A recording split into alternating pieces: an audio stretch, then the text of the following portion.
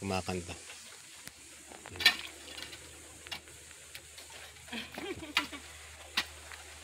Ito yung hinukay namin ng balon para dito na kami kukuha ng source ng tubig. Mga bato. Siya naman daw mag tibag-tibag. Para may maitulong naman daw siya.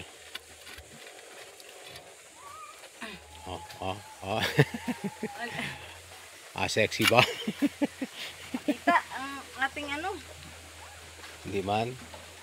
Di man? Hindi man.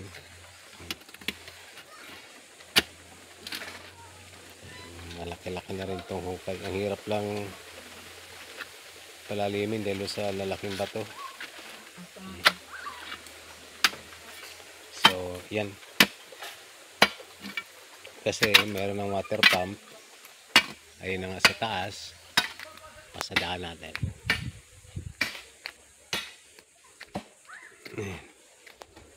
Pinakpang ko lang kasi panay umuulan na. Kaya hindi ka na makita. Ay, hindi ako makaakyat na dito. Kinakalang ko pang step ng tagilid kasi ito nga namin area. Kaya naing bako-bako. Medyo inaayos-ayos pa lang. Pero we're on it. And it's looking good. Ayan. Ito yung hinukay na noon pa pero hindi pa siya nagagamit. Magiging ano yan, magiging fish pond yan someday. May tubig to dati nung hinukay pero napaka-ano ng summer, naubusan na. Ayun, so kaya gumawa kami ng bagong backup dito ngayon na malapit sa sapa. Ang sumisip-sip na tubig dyan galing lang naman sa sapa pero mukhang malinis na siya. Pero kung hindi mag-materialize na walang tubig na papasok, yun nga, nilagyan ko yun ng ayun o, yung tubo na yun, may mga butas yun at pinapunta doon sa sapa. Kaya lang nabara na yata ng mga putik kaya walang lumalabas. Eh buti naman at ayun, merong nanggagaling sa ilalim mismo na tubig. Mas malinis yun. Alright. So yun. Si Ate Ernst muna daw. Makatulong ng konti. Actually, ngayong araw na to grabe na yung pagod namin at ako kanina particularly may malaking bato dito sa gitna ng daan. Tinanggal ko para mailagay dito. Ito na ngayon siya. Ayan, yung batong yan. Ayan. At malaking harang yan pagdating ng panahon na tag-ulan na. Pag tagbaha na. Sana nga hindi gustong gawa namin ng balon. Alright.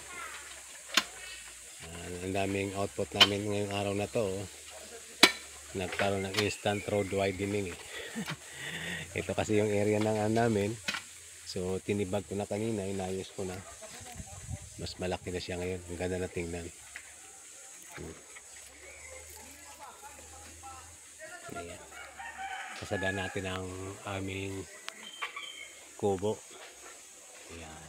There you go. Ayan. Ito mga video na to, mga pinaka-purpose din lang naman ito is mga records ng aming adventure dito sa bukid. Kasi ito maging ebidensya in later time kung ano mga naging progress namin dito. Alright, ikot natin ulit dito sa tulay. Ayan. So ngayon ang sapa, hina na ng tubig. Balikan natin si Ate Ernst at pinapausok na yung bato. Talagang gustong tibagin.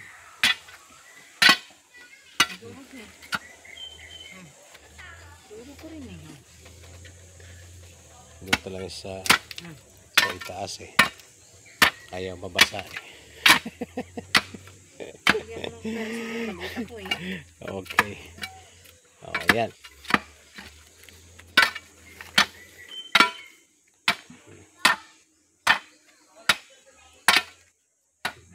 Hirap kasi mag-video dito na ano na mag-isang ano daming trabaho kaya hindi makapang-video talaga habang gumagawa. So ngayon samantalahin ko na makapag-video konti para kay Ate Ernst. And higit sa lahat, lagi may kumakanta eh. Lagi may nagbibideo okay. Tumigil siguro ng halian kaya mag-video muna ako. Oh, yan oh, natibag na daw niya yung isa oh. Good news oh.